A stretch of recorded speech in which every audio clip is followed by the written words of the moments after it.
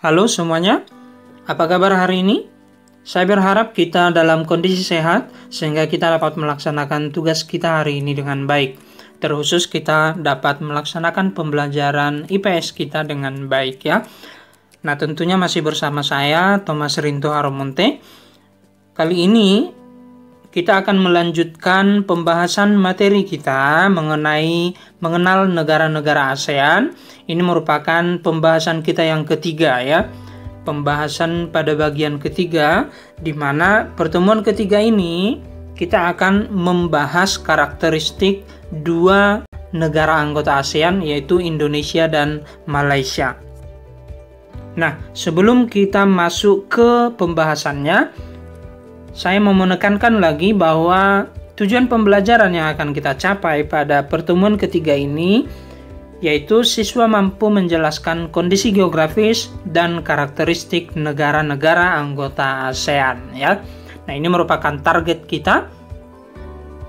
Sehingga saya harapkan setelah kita nanti mempelajari pertemuan yang ketiga ini, kita mampu menjelaskan kondisi geografis dan karakteristik negara Indonesia dan Malaysia ya.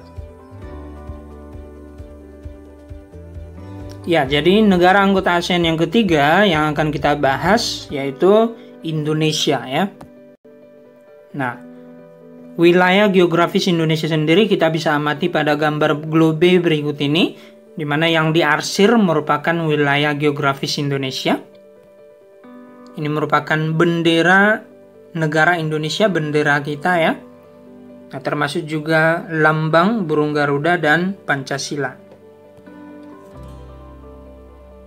Ini merupakan peta negara Indonesia di mana beribu kota di Jakarta ya. Lebih lengkap coba kita lihat karakteristik dari negara Indonesia, di mana tadi seperti yang saya katakan beribu kota di Jakarta, memiliki bentuk pemerintahan republik yang artinya kepala pemerintahan dan kepala negara dipegang oleh seorang presiden ya. Nah, kemudian memperingati hari kemerdekaan setiap 17 Agustus, di mana memperoleh kemerdekaan pada tahun 1945 dan merupakan bekas jajahan Portugis, Belanda, dan Jepang. Ideologi nasional adalah ideologi Pancasila dengan semboyan Bhinneka Tunggal Ika yang artinya biarpun berbeda-beda tetap bersatu. Nah, mata uang adalah rupiah, dalam bahasa internasional atau istilah internasional IDR, Indonesian rupiah ya. Bahasa resmi itu bahasa Indonesia. Nah, kemudian jumlah penduduk Indonesia sesuai pendataan tahun 2019 mencapai 268 jutaan jiwa ya. Ini kode teleponnya +62 ya. Lalu zona waktu yang dipakai di Indonesia ada 3, yaitu GMT +7 yang meliputi Pulau Sumatera, Jawa, Kalimantan Barat, dan Kalimantan Tengah ya. Kemudian GMT +8 itu meliputi Bali, Kalimantan Selatan, Kalimantan Timur, Sulawesi, Nusa Tenggara semuanya ya. Nah, termasuk juga pulau-pulau kecil yang ada di sekitarnya. Kemudian ada lagi GMT +9. Nah, ini dipakai di wilayah Maluku Utara, dan Papua ya. Selanjutnya jumlah pulau yang ada di Indonesia, baik pulau besar maupun pulau kecil, mencapai 17 ribuan pulau ya. Dan dari 17 ribuan ini masih banyak yang belum berpenghuni gitu ya. Dan masih banyak juga yang belum memiliki nama. Bagian pertama yaitu letak luas dan batas Indonesia. Secara astronomis, Indonesia sendiri terletak pada 6 derajat 8 menit lintang utara sampai 11 derajat 15 menit lintang selatan. Jadi kalau kita lihat dari segi lintangnya, Indonesia lebih banyak di lintang selatan daripada lintang utara, begitu ya. Panjang lintangnya ini berapa kira-kira? 17 derajat ya. 17 derajat 23 menit gitu ya. Dan terletak juga di antara 94 derajat 45 menit bujur timur sampai 141 derajat 5 menit bujur timur. Jadi seluruh wilayah Indonesia berada di bujur timur. Makanya tadi saya katakan bahwa zona waktu yang dipakai di Indonesia adalah GMT plus begitu ya, karena berada di bujur timur ya. Kalau berada di bujur barat berarti GMT min ya. Nah, lalu letak geografis Indonesia. Indonesia sendiri diapit oleh dua benua yaitu Asia dan Australia, serta diapit oleh dua samudra yaitu Pasifik dan Hindia ya. Jadi sesuai dengan kondisi geografisnya sering juga dikatakan bahwa Indonesia berada di posisi silang gitu ya. Karena di bagian utara ada benua Asia dan Samudra Pasifik. Di sebelah selatan ada benua Australia dan Samudra Hindia. Jadi kalau ditarik garis antara dua samudra dan garis antara dua benua, Indonesia berada di posisi silangnya.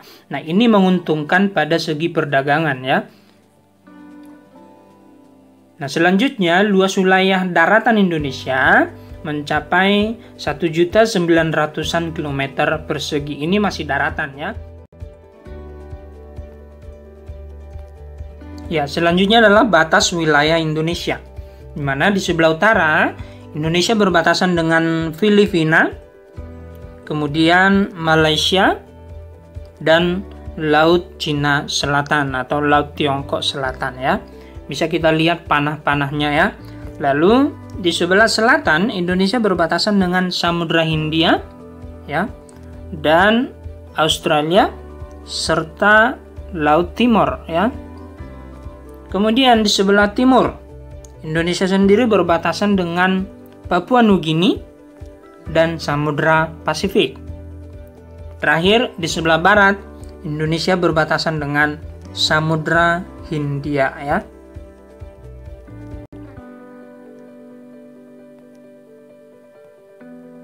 Bagian kedua yaitu iklim yang dialami oleh Indonesia. Nah, Indonesia sendiri yang terletak di lintang tropis tentu memiliki iklim tropis ya, atau mengalami iklim tropis.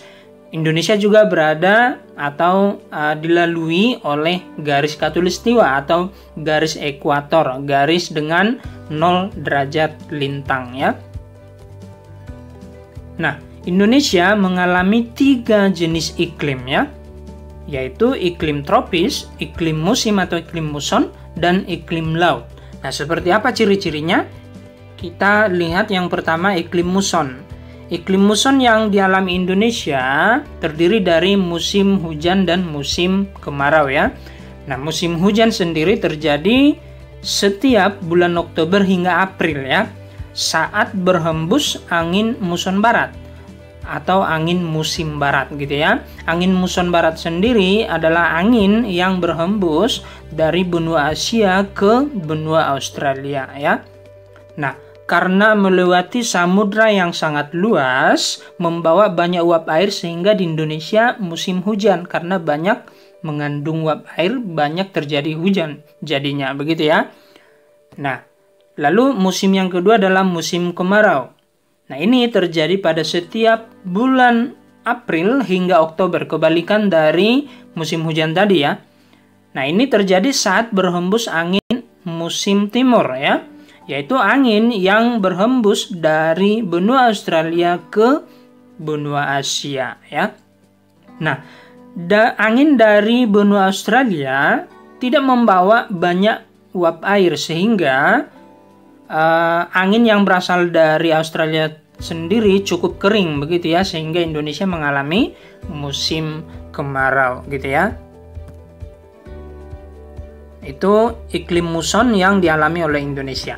Lalu selanjutnya adalah iklim tropis Indonesia. Ciri-cirinya adalah pemanasan dari sinar matahari yang maksimal atau terik, sehingga suhu udara atau temperatur udara tinggi sepanjang tahun ya, bisa mencapai hingga 30-an derajat Celcius ya. Nah, karena suhu atau temperatur yang tinggi tadi mengakibatkan penguapan air laut atau penguapan danau, penguapan sungai juga relatif tinggi ya. Nah, karena penguapan yang tinggi tadi mengakibatkan kelembapan udara yang tinggi pula ya. Kelembapan udara berarti ketersediaan uap air di udara. Semakin banyak uap air di udara berarti udara itu akan semakin lembab. Kelembapannya akan semakin tinggi, begitu ya. Nah, kelembapan udara yang semakin tinggi akan mengakibatkan jumlah curah hujan yang juga semakin tinggi ya. Akan semakin sering terjadi hujan ya. Nah, inilah juga yang dialami oleh Indonesia.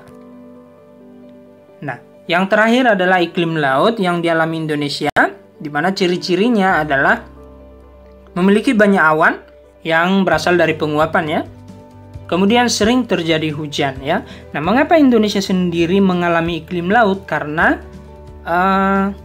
kita tahu sendiri bahwa luas laut Indonesia lebih besar daripada luas daratan ya. Laut Indonesia lebih besar luasnya daripada daratan, begitu ya. Dari luas total 6 jutaan kilometer persegi ya, laut dan daratannya maksudnya ya, hanya 1,9 juta kilometer persegi tadi yang merupakan daratan. Artinya 2/3 dari luas Indonesia merupakan lautan, begitu ya. Nah, inilah yang menjadikan Indonesia mengalami iklim laut ya. Nah, ini merupakan peta pergerakan angin muson barat dan angin muson timur. Di mana tadi angin muson barat menghasilkan musim hujan di Indonesia, yaitu angin yang berhembus dari Asia ke Australia, melewati Indonesia karena membawa banyak uap air sehingga Indonesia musim hujan gitu ya. Nah, adapun angin muson timur itu dari benua Australia menuju Asia, melewati wilayah Indonesia, membawa sedikit uap air sehingga Indonesia mengalami musim kemarau ya. Kita lanjut. Selanjutnya adalah bentang alam Indonesia atau kenampakan alam Indonesia. Nah, Indonesia sendiri merupakan bagian dari Ring of Fire, ya, lingkar api, ya, cincin api atau jalur pegunungan vulkanik. Kita bisa lihat pada peta Ring of Fire Pasifik berikut ini, di mana Indonesia menjadi bagiannya. Nah, perlu kita ketahui bahwa jalur pegunungan vulkanik ini adalah daerah atau jalur terbentuknya gunung-gunung berapi, tempat terbentuknya gunung-gunung aktif gitu ya. Nah, di mana ada dua jalur pegunungan yang mempengaruhi Indonesia, yaitu Sirkum Mediterania dan Sirkum Pasifik. Sirkum Mediterania akan mempengaruhi Kepulauan Sumatera, Jawa ya, hingga ke Kepulauan Nusa Tenggara. Sedangkan Sirkum Pasifik mempengaruhi Kepulauan Sulawesi ya, termasuk Kepulauan Halmahera ya. Nah, secara geologis Indonesia dibagi menjadi 3 wilayah, yaitu wilayah bagian barat, wilayah bagian tengah, dan wilayah bagian timur. Wilayah bagian barat sendiri meliputi Pulau Sumatera, Jawa, Kalimantan gitu ya. Dan ini merupakan paparan Sunda atau dangkalan Sunda. Dangkalan Sunda adalah dangkalan atau laut dangkal yang menghubungkan pulau-pulau dengan benua Asia ya. Sekali lagi, paparan Sunda adalah laut yang dangkal yang menghubungkan pulau-pulau dengan benua Asia ya. Nah, kemudian ini merupakan wilayah paparan Sundanya ya.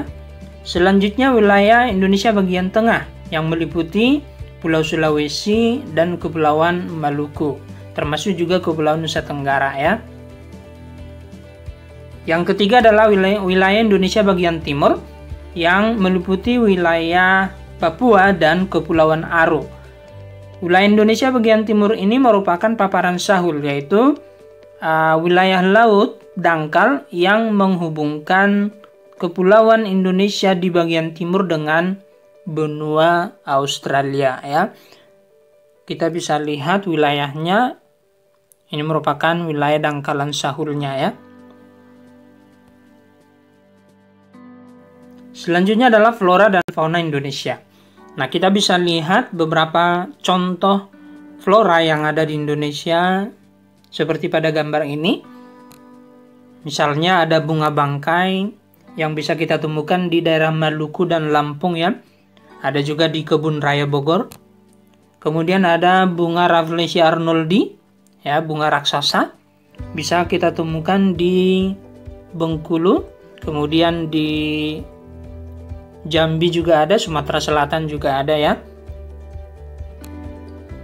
Ada bunga Edelweiss. Ini ya, biasanya bisa dijumpai di daerah pegunungan ya. Kemudian ada kantong semar. Kantong semar ini merupakan bunga, bisa dijadikan bunga hias ya. Selanjutnya ada cendana. Ada berbagai jenis anggrek yang bisa ditemui di beberapa kawasan hutan Indonesia, termasuk kawasan hutan Sumatera ya. Dan berbagai jenis palem ya. Nah, inilah beberapa contoh flora yang bisa kita temui di Indonesia. Nah, selanjutnya jenis fauna yang ada di Indonesia secara umum dikelompokkan menjadi 3 wilayah ya, yaitu fauna wilayah Asiatis, yaitu wilayah Indonesia bagian barat yang meliputi wilayah Sumatera, Jawa, dan Kalimantan. Adapun jenis hewannya ada orangutan, bisa kita jumpai di daerah Sumatera dan Kalimantan ya. Ada gajah ya. Kemudian ada harimau, ada bekantan. Bekantan bisa kita jumpai di Kalimantan ya. Ada badak bercula 1 juga di wilayah Indonesia bagian barat atau fauna Asiatis ya. Disebut Asiatis karena beberapa hewan yang ada di Indonesia bagian barat ini memiliki kemiripan, memiliki kesamaan dengan hewan yang ada di benua Asia ya. Selanjutnya, kelompok hewan atau kelompok fauna yang ada di Indonesia bagian tengah disebut dengan fauna peralihan ya. Meliputi wilayah Sulawesi, Nusa Tenggara, dan Pulau Komodo termasuk ya. Adapun jenis faunanya ada komodo tentunya, ada anoa, kita bisa lihat di gambar, ada burung maleo, ada babi rusa, ada biawak gitu ya.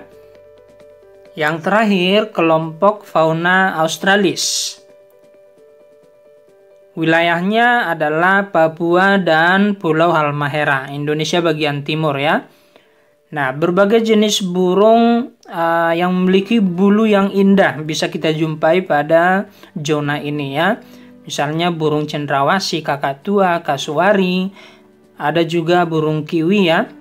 Hewan-hewan berkantong juga ada di sini ya.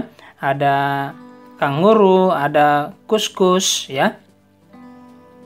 Ini merupakan beberapa jenis hewan yang kita bisa jumpai baik di Indonesia bagian barat, tengah, dan timur ya. Nah, sekali lagi disebut fauna australis atau fauna australiatis karena jenis fauna Indonesia bagian timur ini memiliki kesamaan dengan fauna yang ada di benua Australia ya, sama dengan fauna asiatis tadi, memiliki kesamaan dengan fauna yang ada di benua Asia, seperti itu ya. Selanjutnya adalah potensi sumber daya alam Indonesia. Indonesia memiliki beberapa hasil pertanian, kemudian hasil perkebunan, termasuk juga hasil hutan ya. Selanjutnya, banyak juga hasil pertambangan yang dimiliki Indonesia. Nah, berikut ini merupakan persebaran sumber daya alam di Indonesia. Misalnya, hasil pertanian bisa dijumpai di daerah Karawang, Cianjur, daerah Jawa Barat ya, Madura, Jombang, Jawa Timur, Bali, dan daerah lain seperti Sumatera Utara termasuk ya, penghasil pertanian. Selanjutnya, penghasil emas dan perak, meliputi daerah Aceh, Rejang Lebong, daerah Bengkulu, Gunung Pongkor, Jawa Barat ya, dan daerah Papua ya, Tembagapura. Kemudian penghasil minyak bumi, ada Muara Enim, Sumatera Selatan, ada Cepu, Jawa Tengah, Dumai, daerah Riau ya, dan Tarakan, Kalimantan Timur. Kemudian penghasil batu bara ada daerah Sawalunto, Sumatera Barat, ada Bukit Asam dan Tanjung Enim di Sumatera Selatan. Yang terakhir, penghasil timah ada daerah Sungai Liat di daerah Bangka ya, kemudian Manggar di daerah Belitung, dan Bangkinang di daerah Riau. Nah, sebenarnya masih banyak berbagai sumber daya alam termasuk berbagai barang tambang yang dimiliki oleh beberapa wilayah Indonesia. Ini hanya mewakili ya. Yang terakhir adalah sumber daya manusia Indonesia. Seperti yang saya sudah sebutkan juga tadi di awal bahwa jumlah penduduk Indonesia sesuai pendataan 2019 mencapai 268 jutaan jiwa ya. Nah, adapun kepadatan penduduk Indonesia sendiri mencapai 140 orang pada setiap 1 km persegi. Angka kelahiran di Indonesia pada tahun 2016, perhitungan 2016, mencapai 16 orang per 1000 penduduk. Ada kelahiran 16 bayi dari setiap 1000 penduduk ya. Nah, sedangkan angka kematiannya mencapai 6,4 per 1000 penduduk. Juga hasil perhitungan 2016 ya. Indeks pembangunan manusia Indonesia 0,7 ya. Ini sesuai dengan data 2018. Angka harapan hidup Indonesia 71,2 tahun ya. Ini menurut BPS tahun 2018. Nah, kadang-kadang ini bisa berubah juga ya. Sesuai dengan rata-rata usia meninggal penduduk dalam 1 tahun ya. Karena angka harapan hidup itu dicari melalui rata-rata usia penduduk yang meninggal ya. Nah, kemudian pendapatan per kapita Indonesia pada tahun 2019 mencapai 4.120 dolar ya. Nah, pendapatan per kapita berarti pendapatan rata-rata penduduk. Pendapatan rata-rata setiap penduduk Indonesia ya. Nah, kemudian agama yang ada di Indonesia meliputi agama Islam, ini merupakan mayoritas ya. Kemudian ada Kristen Protestan, ada Katolik, ada Hindu, Buddha, Konghucu, termasuk juga aliran-aliran kepercayaan lainnya ya. Nah, sedangkan etnis atau suku bangsa ada suku Jawa merupakan suku mayoritas atau terbanyak. Ada Sunda, Melayu, Batak, Minangkabau, Bugis, ada Banten, ada Banjar, Bali, Aceh, Dayak, Sasak, Tionghoa, dan beberapa suku yang lainnya ya. Ada banyak sebenarnya suku bangsa yang ada di Indonesia ya. Sekian mengenai negara Indonesia. Sekarang kita lanjut ke Malaysia sebagai salah satu negara anggota ASEAN ya. Malaysia sendiri beribu kota di Kuala Lumpur. Nah, pada peta ini kita bisa amati wilayah geografis Malaysia, di mana terdiri dari 2 bagian sebenarnya ya, bagian barat dan bagian timur ya. Nah, ini merupakan wilayah geografis Malaysia.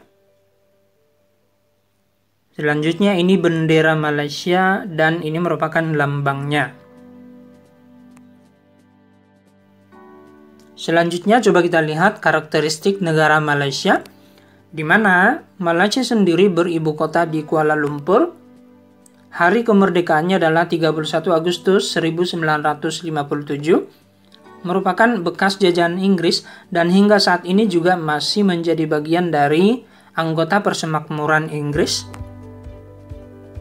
Selanjutnya, bentuk pemerintahan Malaysia sendiri adalah federasi, artinya terdiri dari negara-negara bagian, bukan seperti Indonesia yang merupakan negara kesatuan, ya, yang terdiri dari provinsi-provinsi. Kalau di Malaysia sendiri terdiri dari negara-negara bagian. Nah, Malaysia sendiri memiliki 13 negara bagian dan 3 wilayah persekutuan, ya. Nah, negara bagian sendiri memiliki pemerintahan masing-masing, ya. Adapun wilayah persekutuan langsung di bawah naungan pemerintah federal, pemerintah pusat gitu ya. Kepala pemerintahannya adalah Perdana Menteri, di mana Perdana Menteri yang sekarang adalah Muhyiddin Yassin. Sedangkan kepala negaranya adalah Yang di-Pertuan Agong. Yang di-Pertuan Agong sendiri dipilih secara bergilir dari sultan-sultan negara bagian. Jadi negara bagian masing-masing memiliki sultan. Nah, selama kurang lebih 5 tahun masa jabatan, ya, Yang di-Pertuan Agong akan diganti oleh sultan selanjutnya dan dipilih dari antara sultan-sultan yang ada di negara-negara bagian tersebut, ya. Yang memilih pun hanya raja-raja yang merupakan raja negara-negara bagiannya, ya. Jadi yang di-Pertuan Agong tidak langsung dipilih oleh rakyat, ya, tetapi dipilih oleh raja negara bagian. Selanjutnya mata uangnya adalah ringgit Malaysia, biasanya disingkat RM, ya. Bahasa resminya adalah bahasa Melayu, walaupun memang masih memiliki bahasa yang lain yang juga digunakan seperti bahasa Inggris, bahasa Tionghoa, bahasa Tamil juga, ya. Nah, Malaysia sendiri terdiri dari 2 bagian wilayah geografis yang terpisah, yaitu Malaysia bagian barat, ya, yang berada di semenanjung Malaya sendiri, yang berdekatan dengan Singapura tentunya juga, serta Malaysia bagian timur, ya, yang berada di bagian utara Pulau Kalimantan. Bisa kita lihat di peta di bagian kanan atas ini, di mana ini merupakan Malaysia bagian barat yang berada di semenanjung Malaya, ya, berbatasan langsung dengan Thailand dan Singapura, ya. Thailand di utara, Singapura di selatan. Kemudian Malaysia bagian timur adalah wilayah Malaysia yang berada di bagian utara Pulau Kalimantan. Kita lihat letak dan luas negara Malaysia. Secara astronomis, Malaysia terletak di antara 1 derajat lintang utara sampai 7 derajat lintang utara. Jadi panjang lintangnya 6 derajat, ya. Serta terletak juga di 100 derajat bujur timur sampai 119 derajat 30 menit bujur timur, ya. Adapun luas wilayah Malaysia sendiri 330.435 km persegi. Batas-batas wilayahnya, kita lihat yang pertama Malaysia bagian barat, ya, yang berada di semenanjung Malaya, berbatasan dengan Thailand di utara, ya. Kemudian berbatasan dengan Singapura dan Indonesia di selatan, ya. Singapura dan Indonesia. Selanjutnya berbatasan dengan Laut Tiongkok Selatan, Laut Cina Selatan di timur, sebelah timur, ya. Kemudian berbatasan dengan Selat Malaka di sebelah barat. Selat Malaka di sebelah barat. Nah, itulah batas wilayah Malaysia bagian barat yang berada di semenanjung Malaya, ya. Kita lihat batas Malaysia di bagian timur, ya, yang berada di utara Pulau Kalimantan, di mana berbatasan dengan Brunei Darussalam dan Filipina di bagian utara. Brunei Darussalam, Filipina di bagian utara. Selanjutnya berbatasan dengan Indonesia di bagian selatan. Ini, ya, di bagian selatan. Nah, selanjutnya berbatasan dengan Laut Sulawesi di bagian timur. Ini Laut Sulawesinya. Yang terakhir berbatasan dengan Laut Cina Selatan dan Indonesia di bagian barat. Laut Cina Selatan dan Indonesia. Nah, inilah batas-batas wilayah Malaysia termasuk luas dan letaknya, ya. Nah, kemudian bentang alam atau kenampakan alam Malaysia. Nah, bentang alam Malaysia sendiri terbagi menjadi dua, yaitu Malaysia bagian barat yang meliputi negara bagian Perlis, Kedah, Kelantan, Terengganu, Perak, Pahang, Selangor, Negeri Sembilan, Melaka, Johor, dan Penang ya. Ini menjadi wilayah Malaysia bagian barat, negara-negara bagiannya.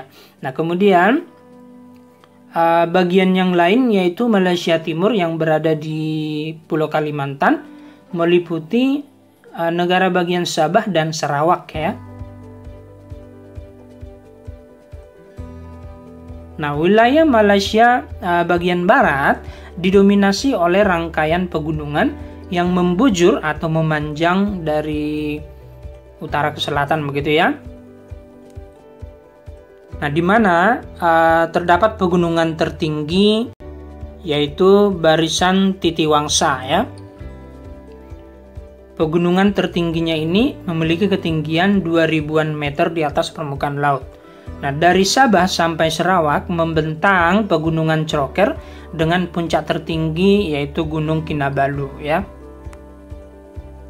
Selanjutnya, di wilayah Malaysia bagian barat terdapat dua sungai utama yaitu Sungai Pahang dan Sungai Perak.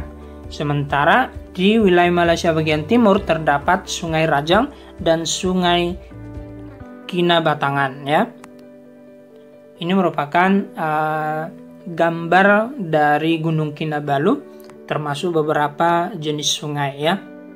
Di mana Gunung Kinabalu sendiri memiliki ketinggian 4000-an meter di atas permukaan laut. Selanjutnya ada Sungai Pahang ya. Ada Sungai Perak dan ada Sungai Rajang seperti yang saya sudah sebutkan tadi ya.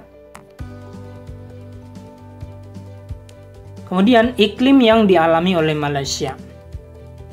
Ya, sesuai dengan letak lintangnya, letak astronomisnya yang berada pada 1 derajat lintang utara sampai 7 derajat lintang utara tadi, berarti Malaysia sendiri berada di lintang tropis, artinya beriklim tropis ya.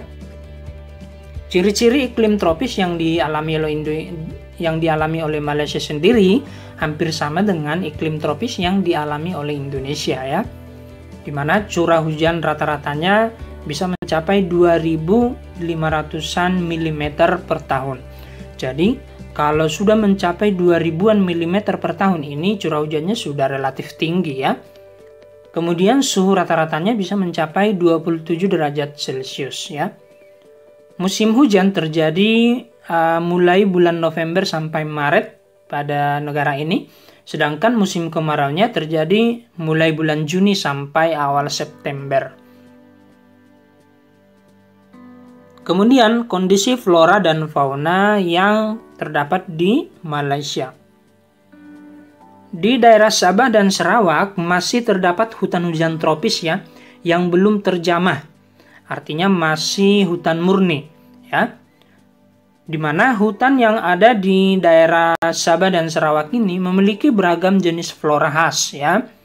Ada beberapa jenis flora khas yang ada di sini seperti angsana, antanan, kesusu ya. Beberapa tumbuhan yang lain juga ya. Sedangkan jenis fauna yang ada di Malaysia ada gajah babi hutan, orangutan juga ada di Kalimantan juga ya. Di daerah Sabah dan Sarawak ada harimau, leopard, dan beberapa jenis fauna atau hewan yang lainnya. Bisa kita baca sendiri ya. Kemudian sumber daya alam yang dimiliki oleh Malaysia. Malaysia merupakan penghasil karet terbesar di dunia ya. Jadi sekali lagi, negara Malaysia merupakan penghasil karet terbesar di dunia. Produksi pertanian lainnya bisa meliputi teh, tembakau, kelapa, lada, dan beberapa jenis pertanian yang lain. Hasil hutan bisa berupa kayu, ya, dihasilkan di daerah negara bagian Sabah ya. Nah, adapun hasil pertambangan di mana timah merupakan tambang utama dihasilkan di negara bagian Perak dan sekitar Kuala Lumpur. Selain timah ada juga pertambangan besi, bauksit, minyak dan gas bumi. Terdapat juga batu bara di negara ini ya. Nah, adapun hasil pertambangan kilang minyak di Malaysia berada di daerah Kuala Terengganu ya, di sekitar semenanjung Malaysia bagian timur. Nah, Malaysia sendiri juga memiliki mobil nasional yang bermerek Proton ya. Terakhir adalah potensi sumber daya manusia negara Malaysia.